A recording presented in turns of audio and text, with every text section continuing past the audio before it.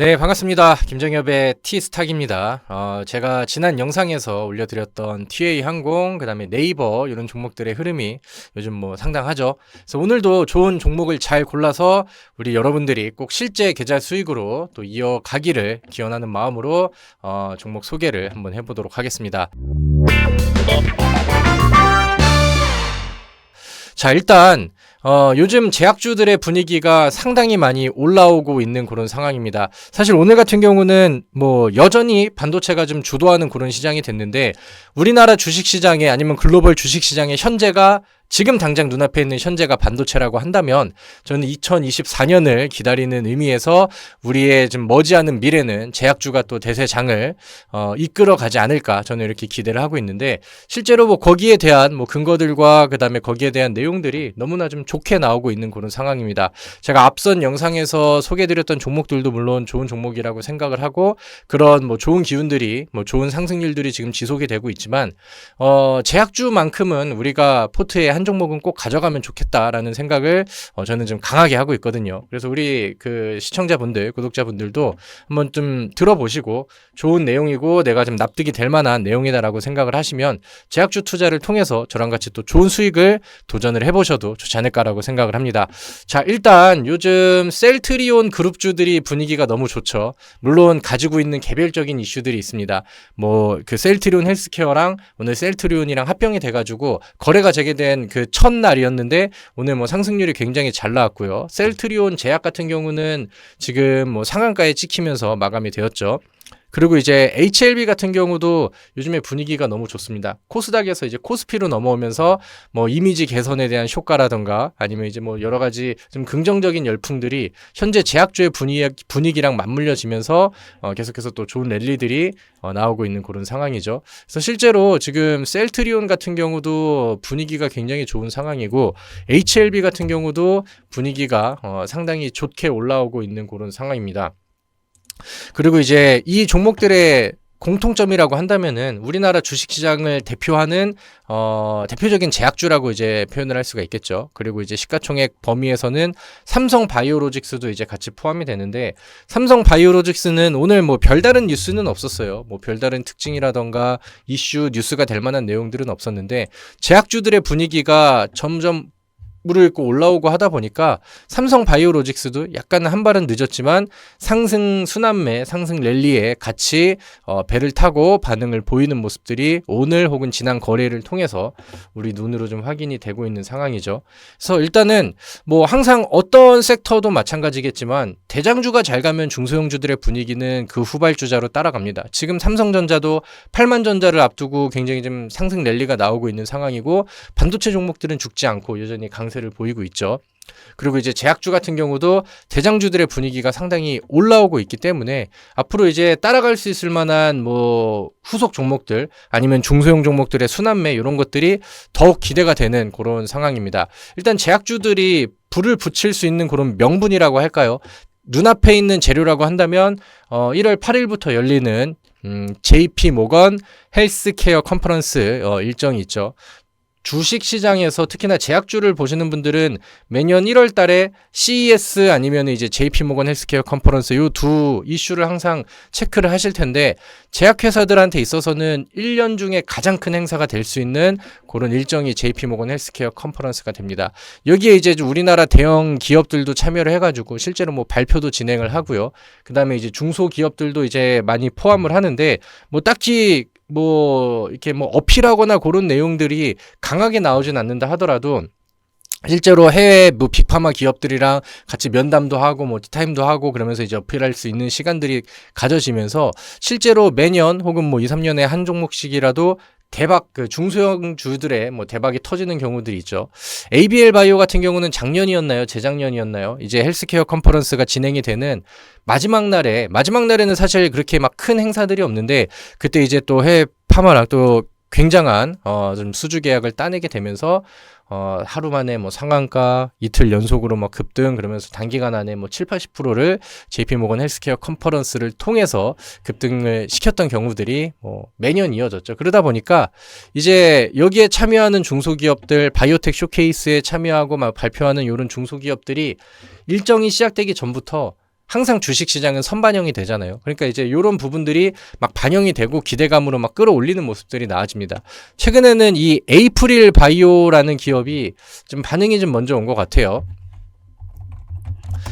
차트 화면을 보시면은 단기간 안에 상승률이 굉장히 좀 많이 나왔죠. 11,500원에서부터 17,000원대까지 단기 상승률이 굉장히 좀 많이 나왔었는데 뭐 개별적인 이슈도 있었겠지만 지금 시장에서 가장 강조되고 부각이 되는 모멘텀은 이 JP모건 헬스케어 컨퍼런스가 되겠죠.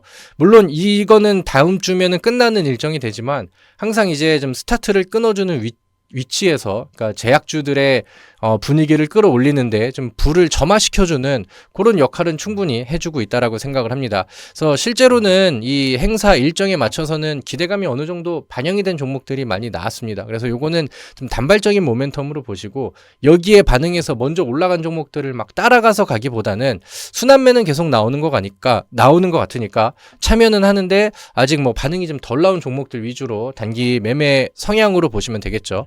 그 중에 좀 눈여겨볼 만한 종목이 DXNVX라는 기업이 있습니다. 그 차트에서는 DXVX 이렇게 치셔야 검색이 되는데 좀 생소한 그런 기업이죠.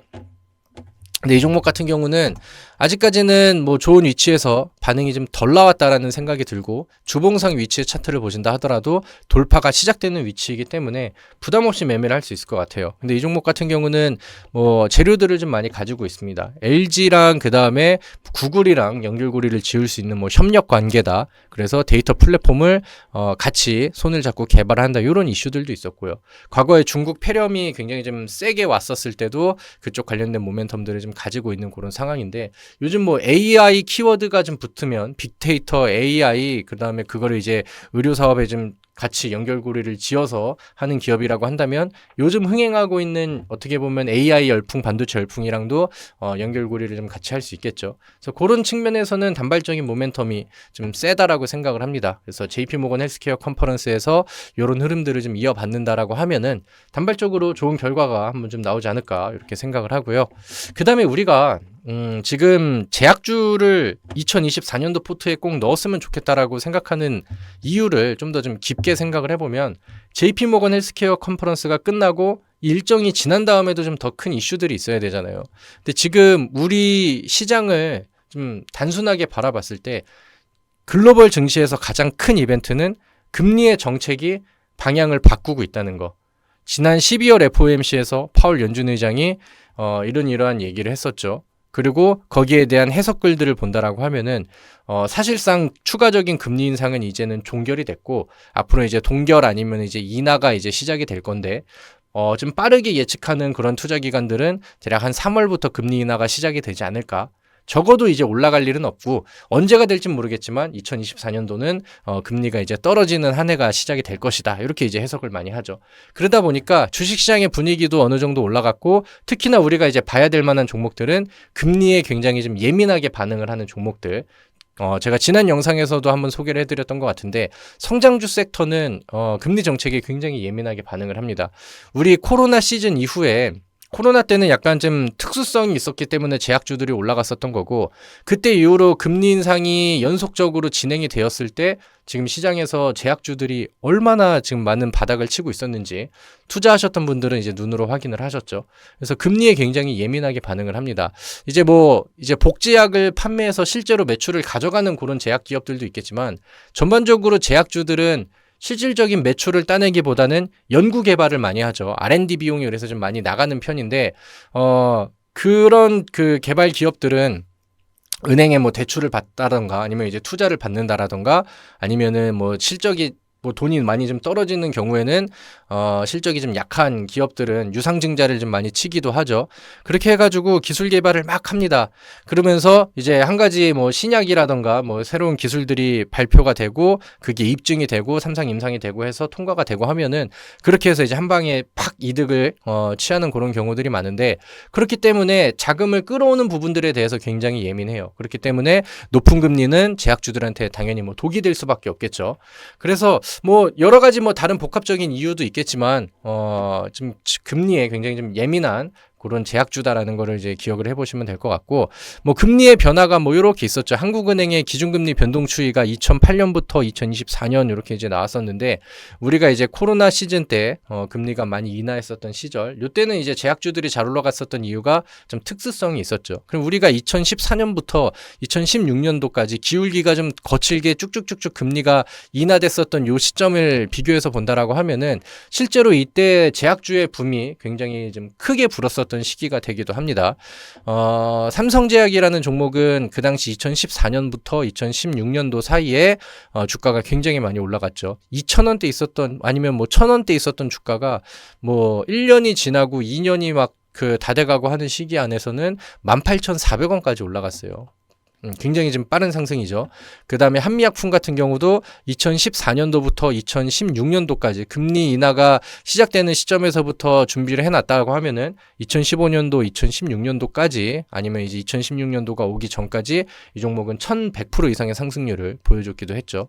그래서 모든 종목이 다 똑같이 올라갈 수는 없겠지만, 금리가 빠지고 금리가 이제 낮은 금리로 이어지고 있는 요 시점에서는 제약주들을 바닥에서 잡을 수 있는 좋은 기회가 된다는 거를 우리는 과거 사례를 통해서도 충분히 좀 이해를 할 수 있지 않을까 이렇게 생각이 듭니다. 그래서 그런 부분들이 실제로 요즘에 반영이 잘 되는 것 같아요. 대장주들이 벌써 움직임을 보이기 시작했었고, 시장에서 컨센서스 의견들을 보면은 제약주에 대한 의견들이 상당히 좋습니다. 그리고 무엇보다 더 중요한 거는 실제로 수급의 이동들이 많이 보여지고 있는 것 같아요. 우리 최근에 잘 나갔었던 셀트리온이라는 종목을 한번 보겠습니다. 셀트리온 같은 경우도 어떻게 보면 개별적인 이슈라고 생각을 할 수도 있겠지만, 이 종목을 매수하고 있는 수급의 주체는 개인이 아니죠. 개인들은 거의 뭐 한 달 연속으로 물량을 계속 빼앗기고 있고, 연기금을 동반한 기관 쪽, 그 다음에 거기에 외국인 순매수가 더해지면서 쌍끌이 매수로 끌어올리는 경우들이 상당히 많습니다. 근데 이제 과거에 우리 2023년도 그 당시에 이제 2차 전지 관련된 종목들을 한번 생각을 해봅시다. 그 당시에 이제 증권사 리포트들이라던가 아니면 분석을 제가 이제 영상을 찍었던 내용들을 보시면은 실제 에코프로가 어디까지 갈지는 몰랐어요. 근데 이제 너무 많이 오르다 보니까 2차 전지에 개인 투자자들이 너무나도 급격하게 몰려갔었죠. 그 당시에 실제로 2차 전지를 매수하는 수급의 주체들은 개인이었고, 그 당시에는 부각을 못 받았지만 반도체 종목들한테는 외국인과 기관 수급들이 부각되지 않은 시점에서 굉장히 좀 많이 올라갔었죠. 근데 항상 그런 흐름들이 이어지거든요. 당장 과열이 되어 있는 그런 섹터에는 수급들이 개인들이 좀 몰리게 돼 있고, 그 다음에 이제 그 다음의 흐름을 대세로 이어갈 그런 다음 섹터에는 외국인들이랑 기관들이 묵직하게 티 안 나게 매집을 많이 하는데, 지금 반도체와 2차 전지는 위치가 완전 좀 정반대가 되었죠. 지금의 현재의 대세는 반도체가 돼버렸고, 작년에 고점에서 2차 전지를 매수했었던 사람들은 지금 뭐 약간 희망 고문을 좀 당하고 있는 그런 상황인데, 대부분의 제약바이오 대형주들의 수급들을 보시면은 개인들 위주의 매수세가 아니라, 개인들은 지금 반도체에 열광을 하고 있을 때 외국인들과 기관 쪽의 순매수 수급들이 연속적으로 굉장히 강하게 들어오고 있다라는 것들, 그런 것들을 한번 참고를 해보시면 좋겠습니다. 그래서 제가 오늘 이 앞 화면에 썸네일이 됐을 만한 요 화면에 좀 좋게 보는 그런 제약 종목을 하나 언급을 해드렸었는데, 그 종목은 한미약품이라는 종목입니다. 한미약품이라는 종목이고, 마찬가지로 이 종목도 최근에 연기금을 동반한 연속 순매수 수급들이 잘 들어오고 있는 상황이고요. 이 종목의 월봉 차트를 보신다라고 하면은 과거에 대세가 나왔었던 시기 이후로는 고점들이 계속해서 낮아지죠. 그랬는데 저점을 지키면서 횡보를 했었던 시기가 상당히 길었습니다. 갈 듯 말 듯 하면서 보여줬었던 요런 돌파할 듯 말 듯 나왔었던 윗꼬리들, 그 다음에 요런 매집의 흔적들, 이렇게 해서 한 3년 정도를 횡보를 했었고, 지금은 과거에 저항선이 됐었던 이평선을 돌파하고, 그 다음에 가장 많은 매물이 쌓여 있었던 이 위치를 강하게 돌파하는 모습들이 월봉의 초반부에 나왔죠.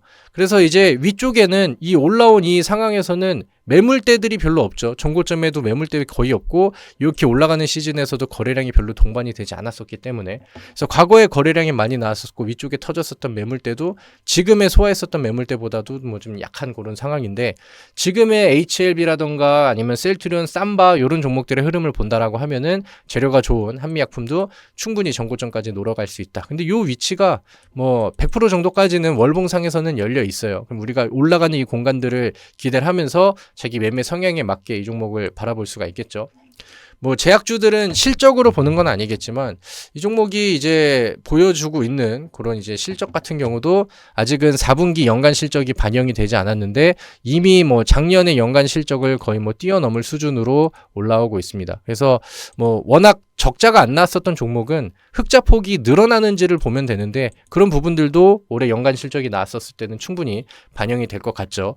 그리고 뭐 한 가지 좀 좋은 얘기들을 덧붙인다라고 하면은 한미약품이 내년에는 비만 치료제 쪽에서 좋은 열강을 좀 얻을 수 있지 않을까라고 생각을 합니다. 시장의 제약주들의 대세들은 계속해서 바뀌거든요. 몇 년 전에는 이제 뭐 항암제, 항암 치료제 이쪽에서 표적 항암제에서 면역 항암제 이렇게 넘어가는 내용들이 있었고 그 다음에 이제 문재인 정부 때는 그 당시에 이제 뭐 치매 정책 이런 것들 때문에 치매 관련된 종목들이 굉장히 좀 많았고 근데 요즘 들어서도 아직까지 뭐 좀 난치병이라고 할까요? 불치병이라고 할까요? 해소가 되지 않은 그런 병들에 대한 뭐 모멘텀 그 다음에 지금은 약간 좀 웰빙 그 시대가 좀 가까워지면서 뭐 비만이라던가 아니면 뭐 탈모 치료제 이런 것들의 모멘텀이 지금은 시장에서 굉장히 좀 더 세져 있는 그런 상황이죠. 그래서 그런 트렌드의 분위기도 충분히 한미약품이 타주지 않을까라고 생각을 합니다. 그래서 제가 굉장히 좋게 보는 종목이고 2024년도에는 저는 이 종목이 큰 활약을 해줄 거라고 크게 기대를 하고 있거든요. 그래서 요거를 참고하셔서 여러분들의 투자에 도움이 되셨기를 바라도록 하겠습니다. 제가 오늘 준비한 내용은 여기까지고요. 오늘 영상이 마음에 드셨다라고 하면 구독과 좋아요는 의리로 눌러주시면 좋겠고요. 다음 영상에서도 제가 좋은 종목들, 좋은 정보들 뽑아서 다시 돌아오도록 하겠습니다. 수고하셨습니다.